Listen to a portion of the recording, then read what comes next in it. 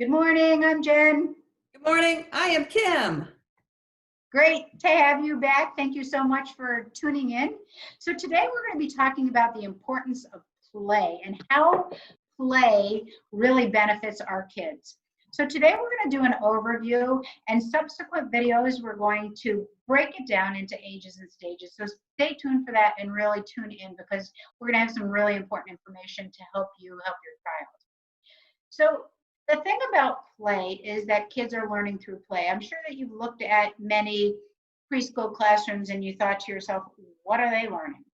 But in reality, they're learning tons. If you've seen that poster that says kids learn everything they need to know in kindergarten, it's kind of true. Working up to that, it's kind of true. We learn how to share. We learn how to have empathy. We learn how to make friends. We learn how to keep friends. We learn how to be kind. So anyway, we're going to go through the top 10 benefits of play. The first benefit is language and communication. And this starts as an infant. When you look at your child and you get some kind of response and they look back at you, and it's kind of like this play, this reciprocity in emotions and facial expressions and sounds that we make. And that is how we start learning to take turns and to have communication. And of course, we start labeling things so that kids can learn vocabulary. But we also learn spatial concepts like in, on, next to, behind, in front of. Kim? Yeah, and I'm really focusing on the little ones because I see the 0 to 3-year-olds. Infants as young as 2 months learn the pattern of communication. You smile at them, they smile back. They start to learn very early, 4 months, 5 months, that if they give a certain kind of cry, a certain kind of sound, that will tell you that they're hungry. Another kind of sound might tell you that they're wet. So they learn the patterns of communication very early. And it's our job when we're playfully playing with them and smiling at them to be very responsive to their sounds, because that's when they learn the pattern of communication. Yeah. And talking and music is really important at this stage too, because they hear all the intonations and the different words and how we have like a cadence to our voice. Yeah. So number 2 is reasoning and more cognition. This is where we learn that Kim had a toy in another video where you push a button and the thing popped up. So one you pushed, and the next one you pulled a lever, and the next one you turned a lever. So we get all of that cognition in terms of how things work at a very, very young age. Even kids, when they have that little thing that hangs over their head when they're laying on their back and they bat at it, and they see it move, and they start getting that, oh, first it's an accident, and then it's volitional. Then it's like, oh, I hit this, and this happens, and this moves, or this sings. Anything, Kim? Yeah, and I was going to use that same exact example, that they bat at something that's above them. It's cause and effect. Oh, I accidentally touched it, but wait a minute. I accidentally touched it and it moved. I'm going to see if I touch it again, is it going to move? So they learn cause and effect very young. That's at a 5-month age. And cause and effect is also part of going back to that language play that I talked about. You smile at them, they smile back, they make a sound, you respond. That's thinking. They're thinking, ooh, if I make a different sound, that tells them I'm wet. So that sort of playfulness that you have with those little infants develops their language and their cognition at the same time. No. Number 3 is emotions. This is about impulse control and self-regulation. This is about those kids, and I can think of those preschoolers that are working on gluing or putting something together and it doesn't work. And we have those kids that chuck the toy across the room, and we have other kids that sit longer and really try and figure it out, do some problem solving about that. This is the little one who is crying, and we have some empathy towards them. They're crying because maybe they're sad or they got hurt, something dropped on their foot. Can we show empathy towards them as opposed to laughing at them or not knowing what to do? So we have to do all that role modeling and all that playing, all that creative play that comes in at about age 3 to work on all those kinds of situations to prepare them for society. Kim, anything on that? And the little ones, the tiny ones, the infants, emotions are a big part of that play. It's building trust. Will you respond when they cry? Will you respond when they smile? Will you respond when they're upset about something and they're crying and they can't console themselves? So your playful attention builds trust with those childs right from birth. Very important. Huge. Absolutely.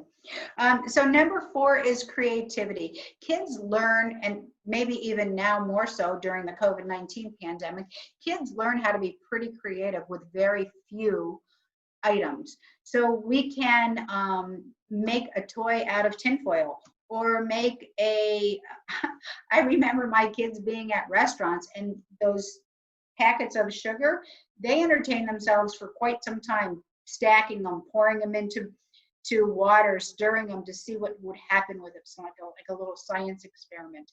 So creativity is huge, and it's even more important when they're not watching the TV, when they're actually interacting with material so that they can figure out how they move or how they work, how they go. Pam? The first component of creativity is having an idea. And believe it or not, that can start before a child's first birthday. When a child starts to initiate communication, they start use some gestures, they start pointing. At about the same time, that's when they can come up with ideas. And maybe it's as simple as, I'm going to take this ball and I'm going to drop it on the floor and see what it does. And in their head, they see it bounce. I'm going to do it again. You join in. Oh, it bounced. And then maybe you show them what happens if it rolls down the hallway. Where does it go? So you can expand on those beginning ideas that they start to form even before the first birthday. Yeah, great idea. Number 5 is our social skills. And this kind of goes along with empathy, but we're talking about sharing and turn taking. At 10 months, kids learn how to hand toys to adults and put objects into containers. So they learn that once that toy is there, it's not gone forever. So we want to make sure that they can work with others. They work in teams. So like if they're building a tower, hey, what do you think would happen if I put a block on and then you put a block on? We can make a whole city. So like you can change how kids interact socially with that simple turn taking. Yeah, and on that same note, turn taking is very different for the infants, and this kind of goes back to what I was saying about the language, but engaging and relating starts when a child is between 2 months and 6 months, very, very early on. That's the building blocks for socializations. So we want to make sure we get it right. So when they are calm and we're playful and we're smiling and they're smiling back, they're cooing, we're cooing back, they give out a cry, we respond, we're building the building blocks for their socialization skills. If we don't respond, and you've all heard about stories of kids that maybe have been in some orphanages where they were not getting any attention or they were not being responded to, they can get into some serious problems with their social skills and have some attachment problems. So it's very important that we start engaging with them very, very early in a very playful way. And games are important, especially at preschoolers. So they do more cooperative games in preschool. So there are some commercial games that you can buy, but you can make up games of your own. Like, we're going to see how fast we can get the toys in the bucket or the blocks in the bucket. So we're working together, we're working cooperatively, as opposed to the 5-year-old who is working on a board game, and it really turns into winning or losing. And how do we handle rules, and how do we handle sequencing, and how do we handle winning and losing, because that is part of life. So all of those skills are taught at a very young age. Number 6 is imagination, and Kim's already talked a little bit about this with the little ones, about how we can play with things that are so simple and not even a real toy and make it into something. These are our kids who are super creative, our adults that end up on Shark Tank. They have amazing ideas, and they're super and they're simple, but they're easy. So what would happen if I was building a tower and I had straight blocks and I put a longer block across the top? Would it stay? We have to use our imagination. Or I ran out of blocks. What else could I put up there? How else could I make this taller? Yeah, exactly. And that's what I was thinking about for the little ones, because they're not quite as imaginative as our 3.5-year-olds who like to put the little Batman cape on or pretend that a cup is a phone. They don't do that sort of thing, but it's really building upon their ideas and helping them with their ideas. Get on the floor with them, and if they have a block and they can't come up with multiple ideas on what to do with it, maybe they're just lining them up. You show them how to take the block, and they stack the block. So you help them develop more ideas in their play. What other ideas? You look like you were going to say something on that one. Yeah, so this is where those sensory bins come in. It's that open-ended play. So you have a bowl of rice and kids can play in there, or Play-Doh, for a very, very long time. And it's open-ended. There's no wrong way to play, and they're just using their imagination to keep it going. Exactly. Yeah. So number 7 is problem solving. And we've kind of talked about this a little bit. And at 12 months, we start putting a circle in a shape sorter. So if we go to, and we've got 3 holes, let's say we have circle, square, and triangle, and we go to put it in the square hole and it doesn't work, the problem solving piece is, do we try a different hole? Do we give up? Do we find a different way to make that toy work? Yeah, and problem solving is huge for the little ones. I mean, even at 16 months, you know, the stacking rings where you have the big ring on the bottom and the little one on top, they try and figure those out. That's kind of hard because you have to figure out the biggest one goes on the bottom. The biggest thing that I can say about problem solving is let them try and work it out on their own. Sometimes we're so fast to go in if they're not doing it right, to show them how to do it. We're trying to teach them how to problem solve. At the same time, we're trying to teach them how to stay calm and relaxed when it gets frustrating. So we can model ways to handle frustration when they're not able to be successful with those activities. Yeah, I love that. One of my favorite sayings at work is wait for it, because parents are dying to jump in to help their little ones, and I totally get that. But in reality, it's more helpful to wait so that the kid can figure it out. The child is really getting some thought process going on in his little brain or her little brain.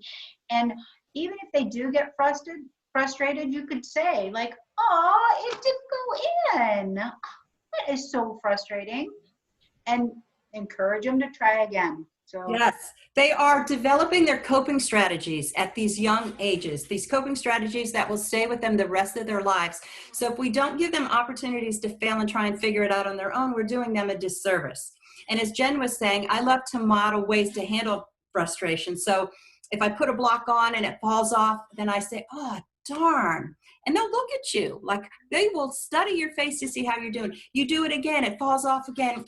Oh, darn. And then you do it again and you're successful. And then you get a big smile on your face. And they are watching you the entire time and learning some very solid coping strategies. yeah, facial expressions are huge, much more than words, especially with the younger kids. They really are studying our faces. So number 8 is kind of apropos in that it is learning new skills. So for me, this whole Zoom virtual therapy thing is hugely new for me. I am a hands-on girl, been doing therapy for 35 plus years, and it's really a challenging skill. Not that I don't like it, and not that I'm not sad because I'm learning a new skill, but it's just hard. And for kids, literally every day of their life is learning a new skill. They are doing something new every day. And if you have a little one at home from 0 to 1, you know this firsthand. They are going from laying on their back doing literally nothing to walking. It's huge, the amount of knowledge that they get. 0 to 5, we get more knowledge in 0 to 5 than we do the rest of our lives. So think about that. That's huge. Anything on learning a new skill, Kim? Have you? No, I really don't have much to add to that. I mean, just consider that you are a big toy for them. Don't downplay how important you are for their learning play skills. Just your facial expressions will tell them a whole lot about success and failure and, you know, new ideas. So play with them a lot, and you don't even have to have a toy. And every time you teach them a new way to do one simple thing, from putting the block on top versus behind and hiding it, you're creating new pathways and new neurons. You are constantly stimulating their brain. So that's a huge job as a parent. Number 4 is fine motor skills. So this Number 9. Oh, 4. 4. Back in time, I'm learning a new skill, how to count. The number 9 is fine motor skills, and this is clearly our wheelhouse because we are both OTs. So fine motor skills, just like they're learning to walk, they're learning to get that fine precision. And so we want to be able to have them do buttons and tie shoes and hook earrings in their ears and do necklaces. And fine motor is kind of obvious for me, but Kim? Yeah, and for the little ones, they're developing their gross grasp, they're developing a pincer grip, they're developing an isolated index finger that you need to push on buttons to activate things. So I just want to make sure that I have toys there that allow them to do all of that. Little blocks to work on their pinch, make sure you have some push button things so that they can activate toys and use that index finger as well. And then feeding is always such a big thing. It's not a toy, but that's a great way for them to move from using a gross grasp to using a pincer grip. Yeah, picking up that little itty bitty Cheerio. Absolutely. And so number 10, because I do know how to count, is gross motor skills and motor planning. So those are the skills, obviously, walking, kicking a ball, standing on one foot, jumping, hopping. And by age 5 and 6, we are learning skipping and jump rope and jumping jacks and like games like soccer and basketball, and so much motor planning and gross motor skills and visual motor skills going, eye-hand coordination, eye-foot coordination going in with that. So I love those kind of games as well. But for the little ones, even just pushing up on their hands is getting their shoulders nice and strong so that when they get on their knees, they can crawl, so that they can develop the arches in their hands, so that they can move forward, so they can learn the concept of forward. Yeah, and play and toys are the way that I get them, the little ones, to go through their rolling and pushing into sitting and pulling into standing and cruising the furniture. It's where I place the toys. So if I'm working on rolling, I'm going to have that toy 5 feet away from them. If I'm working on pivoting on their belly, I'm going to have it 90 degrees away from them. If I'm working on pulling up to stand at the couch, it's on the couch. So toy placement is so important for developing gross motor skills in the little ones. Yeah, so just know that you are hugely important in your kids' development and all of these skills that they will need for life, for their entire life.